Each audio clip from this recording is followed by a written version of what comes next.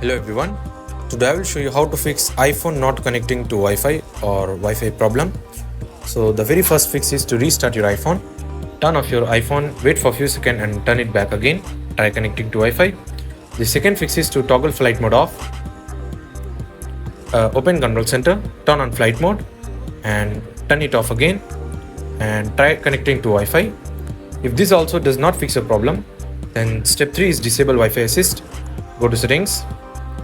Tap on cellular or mobile services. From here, scroll down and find Wi-Fi assist and turn it off. Now try connecting to Wi-Fi.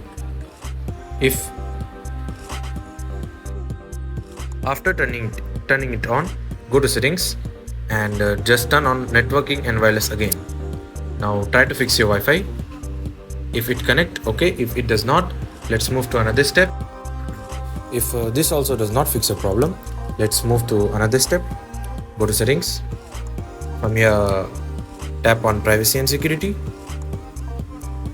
From here, tap on location service. Tap on system service.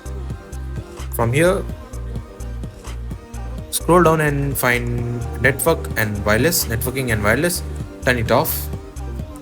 Now what you have to do, just turn off your phone.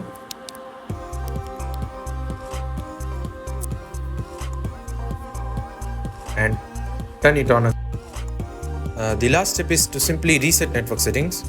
Go to settings, tap on general, scroll down and tap on transfer or reset iPhone. Tap on reset network settings. Enter your passcode. Enter your passcode again. Tap on reset network setting and it will get reset. You can also try this step. You can also try to forget the network and try to connect it again. It also fixes your problem.